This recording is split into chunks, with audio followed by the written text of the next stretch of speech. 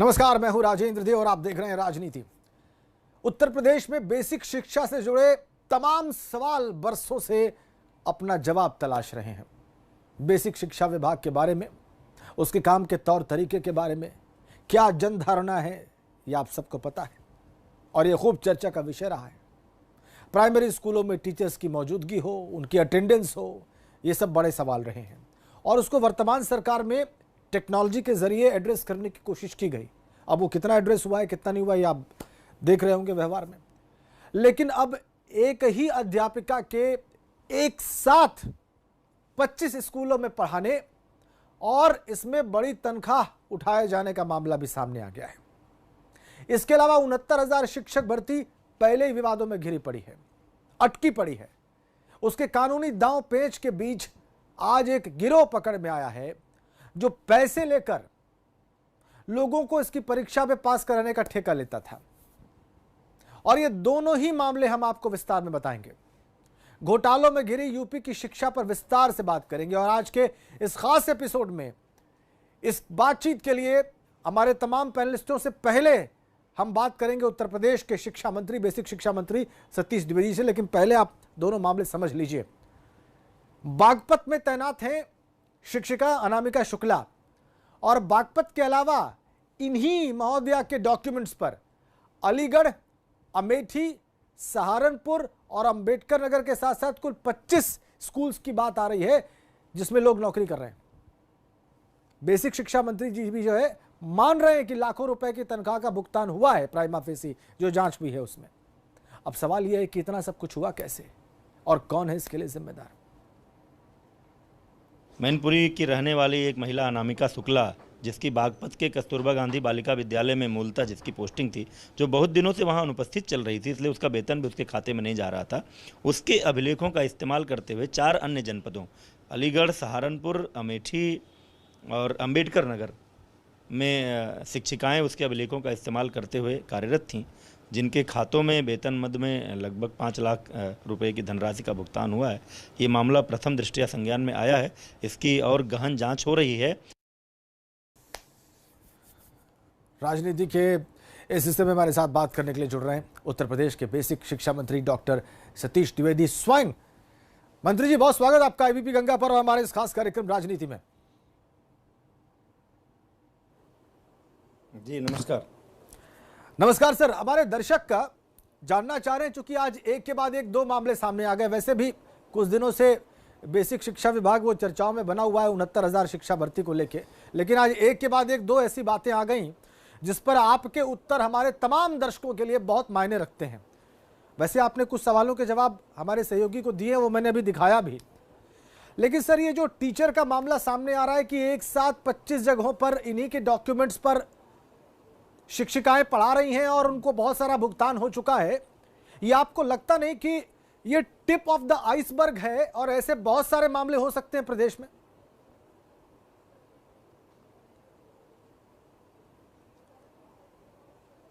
देखिए, कस्तूरबा गांधी बालिका विद्यालयों में जो नियुक्ति होती है शिक्षिकाओं की, फुल टाइम टीचर और पार्ट टाइम टीचर की, ये जिला स्तरीय विज्ञापन होता है। जिला स्तरीय जो चयन समिति होती है वो नियुक्ति करती है और ये नियुक्ति संविदा के आधार पर होती है, इसमें कोई भी स्थायी नहीं होता है।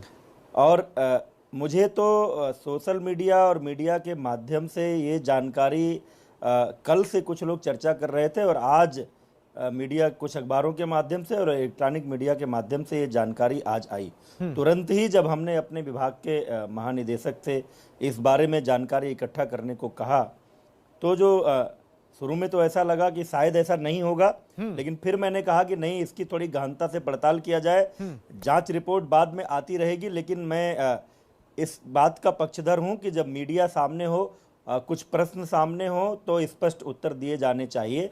इसलिए 1 बजे तक अपने ऑफिस पहुंचते पहुंचते जब मैंने महानिदेशक स्कूल शिक्षा को इसकी प्राथमिक रिपोर्ट लेकर मेरे पास आने को कहा, तो जो जानकारी सामने आई है उसमें यह आई है कि ये शिक्षिका बागपत जिले के बड़ौत ब्लॉक के कस्तूरबा गांधी बालिका विद्यालय में अनामिका शुक्ला नाम की शिक्षिका की तैनाती है। पिछले कई महीनों से ये वहाँ अनुपस्थित रही है, इसलिए उसके खाते में वेतन का भुगतान नहीं हुआ है। लेकिन इसी शिक्षिका के अभिलेखों के आधार पर 4 जनपद अलीगढ़, अमेठी, सहारनपुर और अंबेडकर नगर के 4 जनपदों के एक एक कस्तूरबा गांधी बालिका विद्यालयों में इसी शिक्षिका के अभिलेखों के आधार पर अन्य शिक्षिकाएं सेवारत पाई गई हैं और कुल मिलाकर के उनके खातों में 5 लाख से अधिक की धनराशि का भुगतान हुआ है। मेरी दृष्टि में ये बहुत गंभीर मामला है और मैंने आज ही 2 तरह के आदेश दिए हैं अपर मुख्य सचिव को। एक आदेश दिया है इस मामले की गहन जांच कराने के लिए, इसमें जो चारों शिक्षिकाएं हैं उनके खिलाफ एफआईआर दर्ज कराने के लिए और किसी भी जिस भी अधिकारी कर्मचारी की मिलीभगत है उसके खिलाफ जांच करा के विभागीय कार्यवाही के साथ साथ आपराधिक कृत्य मानते हुए एफआईआर दर्ज कराने के लिए।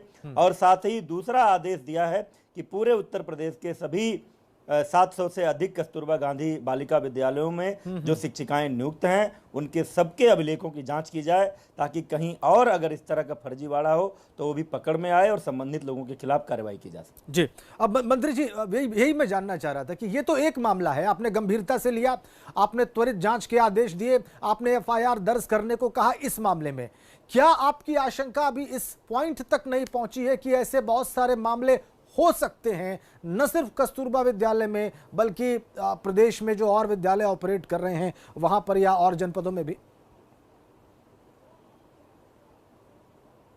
मैं बिल्कुल, देखिए जब से उत्तर प्रदेश की योगी सरकार सत्ता में आई उसी समय इस बात की सुगबुगाहट हुई, शिकायतें आई कि पिछली सपा बसपा सरकारों के कार्यकाल में बड़ी संख्या में बेसिक शिक्षा विभाग में फर्जी शिक्षकों की नियुक्तियां हुई। तुरंत माननीय मुख्यमंत्री श्री योगी आदित्यनाथ जी ने एसटीएफ को और एसआईटी को ये जांच सौंप दी और लगभग 4000 शिक्षक जो जिनकी जांच के द्वारा ये स्पष्ट हो चुका है कि वो उनकी नियुक्ति फर्जी है, उन शिक्षकों को हम बर्खास्त कर चुके हैं, उनके वेतन की रिकवरी कर चुके हैं, उन पर एफआईआर दर्ज किया जा चुका है। क्योंकि बिल्कुल हम इस पक्ष में नहीं है कि ऐसे किसी व्यक्ति को बख्शा जाए।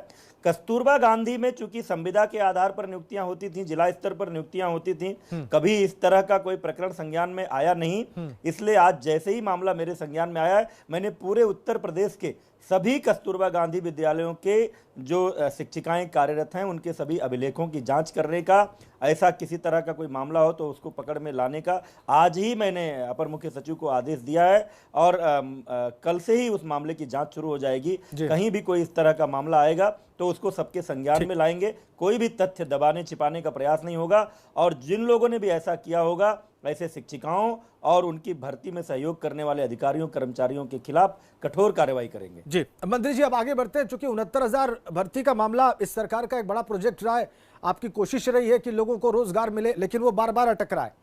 अब वो कोर्ट में जो मामला है उससे इतर मैं आज की खबर के बारे में बताऊं जिसके बारे में आपको मालूम ही होगा, हमारे दर्शक भी जान ले कि एक गिरोह पकड़ा गया है, उसके 8 लोग गिरफ्तार किए गए हैं। ये लोग पैसा लेते थे और ये कहते थे कि हम आपको भर्ती करवा देंगे, आपकी काउंसलिंग करवा देंगे, आप जहां चाहेंगे वहां आपकी नियुक्ति हो जाएगी। एक मामला सामने आया है, अभी इसमें जांच चल रही है। क्यों न माना जाए कि इस गिरोह में हो सकता है कुछ लोग इससे पैसा देकर लाभान्वित भी हुए हों और लाभान्वित हुए हों तो वो मौन हो, वो कुछ ना कह रहे हो, लेकिन जो लाभान्वित नहीं हुआ उसकी वजह से बात सामने आ गई।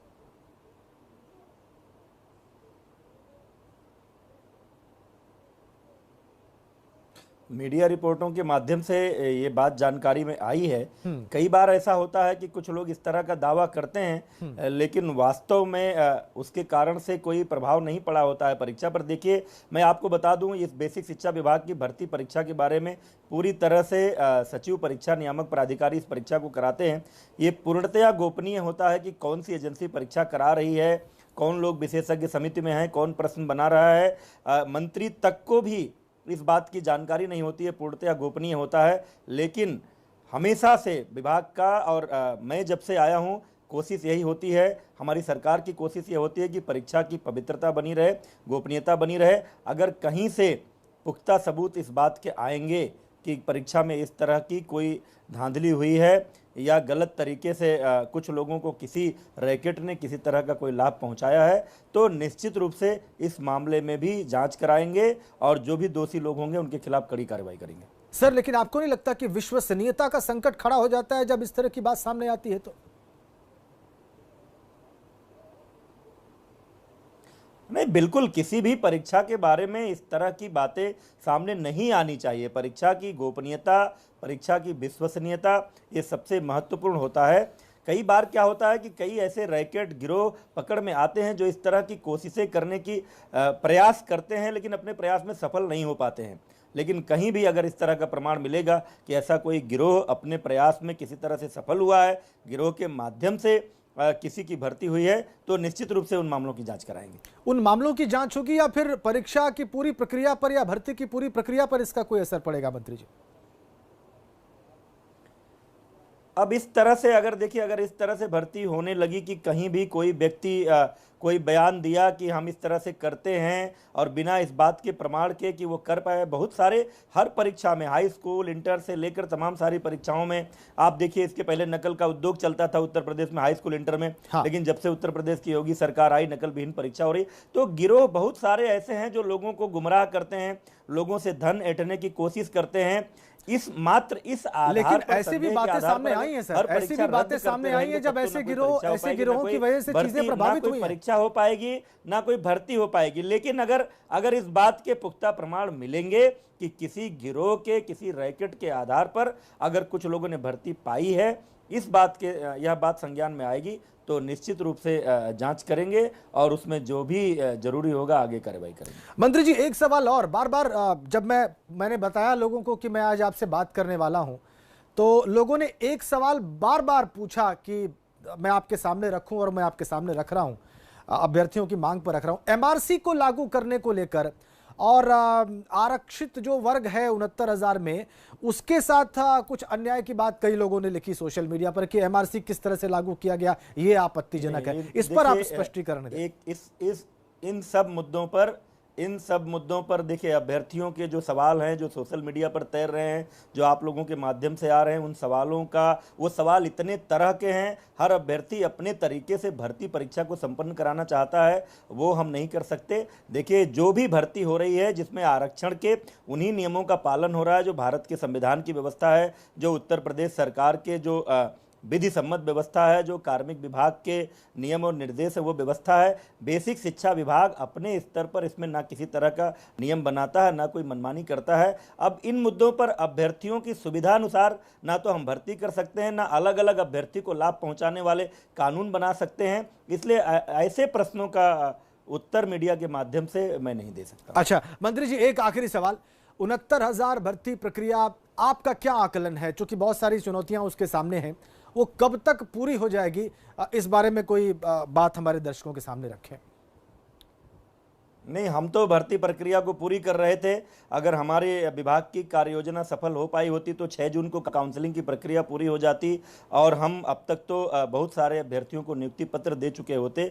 लेकिन अब बीच में माननीय न्यायालय का आदेश आ गया, उस आदेश का अनुपालन करना ही था। आदेश का अनुपालन करते हुए हमने काउंसलिंग की प्रक्रिया स्थगित की है और हम डबल बेंच में अपील में जा रहे हैं। इस बात के लिए, अपील के लिए हम जा रहे हैं कि हमको भर्ती प्रक्रिया को पूरा करने की अनुमति दी जाए। शेष जो यूजीसी के माध्यम से विशेषज्ञों की समिति बनेगी और अगर कोई संशोधन का सुझाव आएगा उत्तरों में तो फिर उस आधार पर हम कार्रवाई करेंगे, क्योंकि माननीय न्यायालय से ऊपर कोई नहीं है। जैसा माननीय न्यायालय का आदेश होगा उसका अनुपालन करेंगे, लेकिन हम चाहते हैं कि भर्ती प्रक्रिया संपन्न हो, उसके लिए हम अभी भी प्रयासरत हैं। बहुत बहुत धन्यवाद मंत्री जी, बहुत बहुत धन्यवाद डॉक्टर सतीश द्विवेदी हमसे बातचीत करने के लिए, इस कार्यक्रम में जुड़ने के लिए और तमाम सवालों के उत्तर देने के लिए। आगे बढ़ते हैं और हमारे साथ एक पूरा पैनल मौजूद है। ये जो 2 बड़ी खबरें हैं, इस पर बात करने के लिए हमारे साथ हमारे बहुत सारे मेहमान मौजूद हैं। उससे पहले दूसरी बड़ी खबर के बारे में थोड़ा सा मैं आपको बता दूं। प्रयागराज से सामने आई, यहां पर पैसे लेकर भर्ती कराने का ठेका लेने वाला गिरोह सामने आया और अब तक अभ्यर्थी ने जो शिकायत की उसमें 7.5 लाख रुपए लिए गए और 69,000 भर्ती की परीक्षा में सफल कराने का प्रलोभन दिया गया। लेकिन जब इसका चयन नहीं हुआ तो उसने इस बात की शिकायत की। इस गिरोह के लोग परीक्षा में पास कराने से लेकर काउंसलिंग कराने और मनचाहे जिले में नियुक्ति कराने का ठेका लेते थे। इस गिरोह में कॉलेज संचालक और ग्राम प्रधान जैसे लोग भी शामिल हैं। ये देखिए जो लोग गिरफ्तार हुए उनकी तस्वीरें।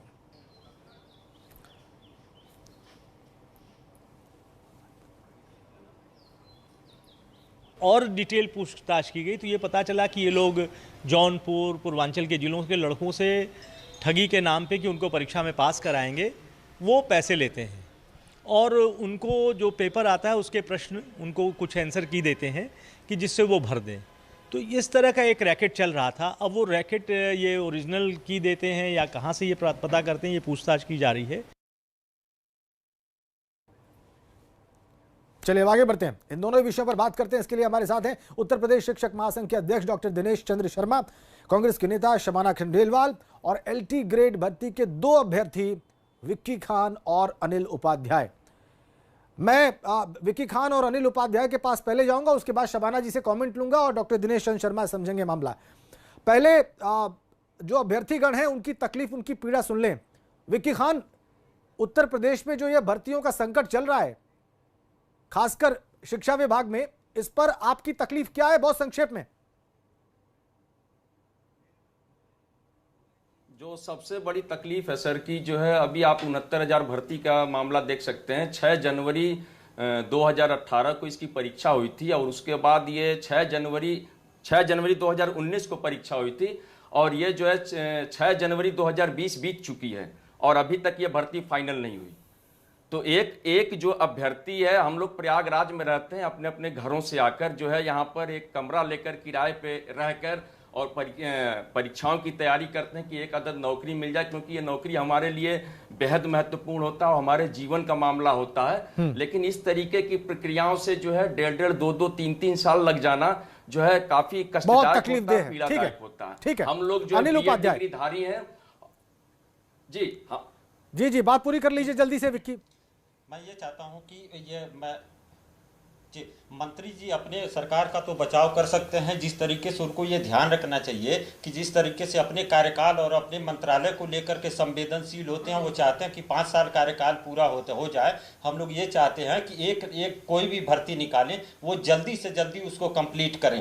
आपको मैं बता देना चाहता हूँ कि सपा सरकार में 2016 में निकली एलटी ग्रेड की भर्ती में फर्जी एसटीएफ ने फर्जी आरोप लगाया, फर्जी गिरफ्तारी की और आज तक पिछले 2 साल पहले परीक्षा हुई और लोक सेवा आयोग आज तक उसको रिजल्ट को लटकाए हुए। उसके लिए हमने 14 महीने तक 44 बार धरना दिया, लेकिन आज भी चेयरमैन से लोक सेवा आयोग चेयरमैन से लेके मुख्यमंत्री, उप मुख्यमंत्री डॉक्टर दिनेश शर्मा जी किसी के कान पे जू नहीं रेंग रही है। हम लोग निरंतर धरना किए जा रहे हैं, लेकिन फिर भी सरकार नहीं सुन रही है। हम चाहते हैं कि एलटी ग्रेड की भर्ती को लेकर के सरकार संवेदनशील हो और हमारा रिजल्ट जारी। आपकी बात, आप दोनों की बात आ गई, आप दोनों की तकलीफ हमारे दर्शकों ने देख ली। शबाना खंडेलवाल हमारे साथ हैं, कांग्रेस की नेत्री हैं, इस वक्त चर्चा में है। शबाना जी, उत्तर प्रदेश में ये जो शिक्षा विभाग की जो भर्तियों का सारा कांड हो रहा है, क्या कहेंगी आप, क्या गड़बड़ है?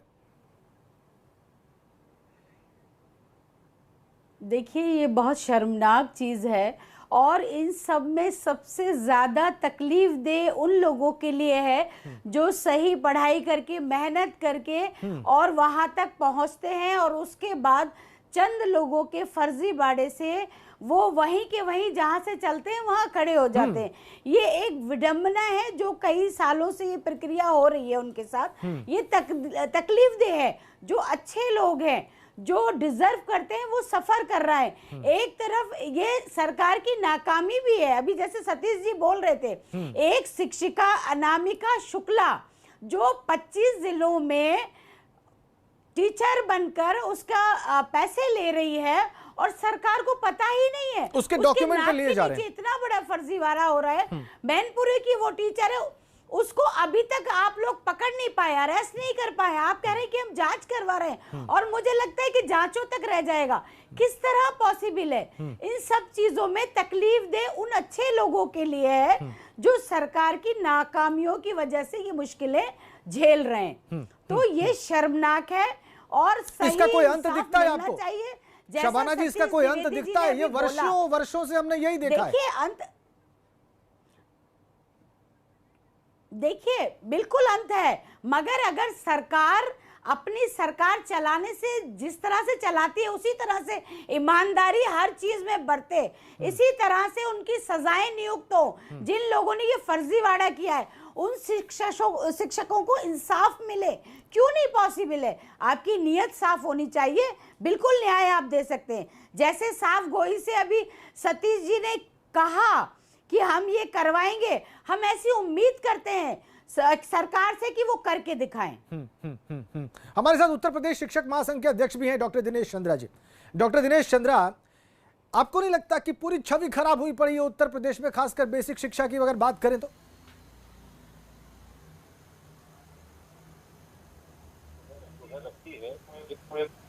कस्तूरबा गांधी विद्यालय का हिस्सा है, उसको कई जिलों में मानदेय भुगतान का प्रकरण है।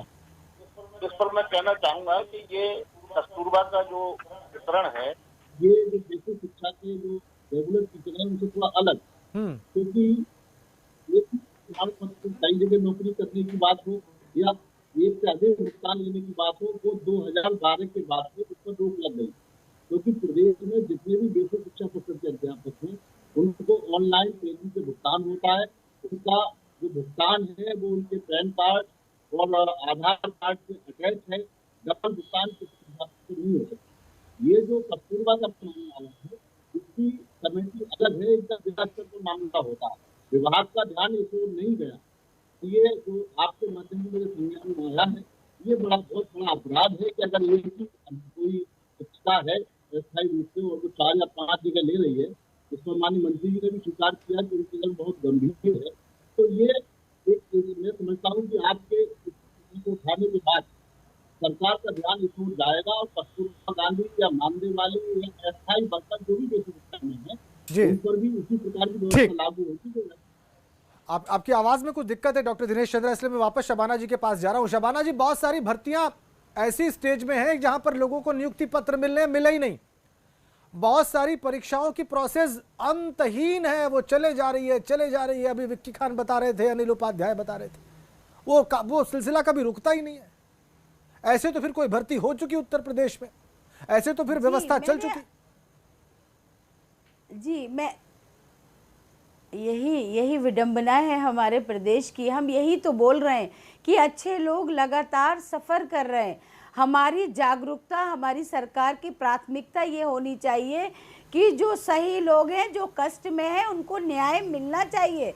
हम बड़ी बड़ी बातें करें कि हम उद्धार कर देंगे प्रदेश का और देश का, ये एक अलग मैटर है, मगर जिन लोगों को ज़रूरत है रोजी रोजगार की, हम बात करते हैं लाखों लोगों को रोजगार देने की, चंद भर्तियां जो सालों से अटकी पड़ी हैं अलग अलग विभागों में, जो ईमानदार लोग हैं, जो मेहनत करके वहां तक पहुंचे, उनको न्याय मिलना चाहिए।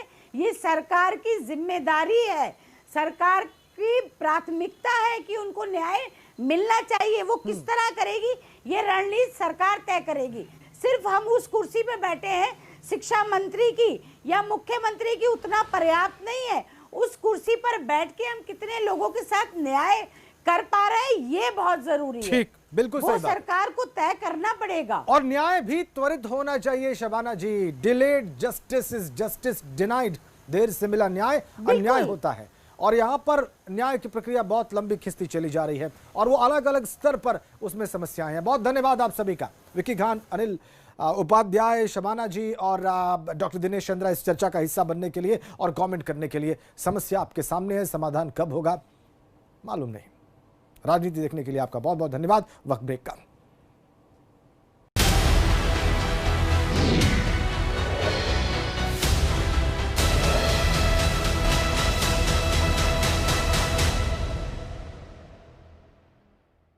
दांतों को जर्म्स से सुरक्षित रखने के लिए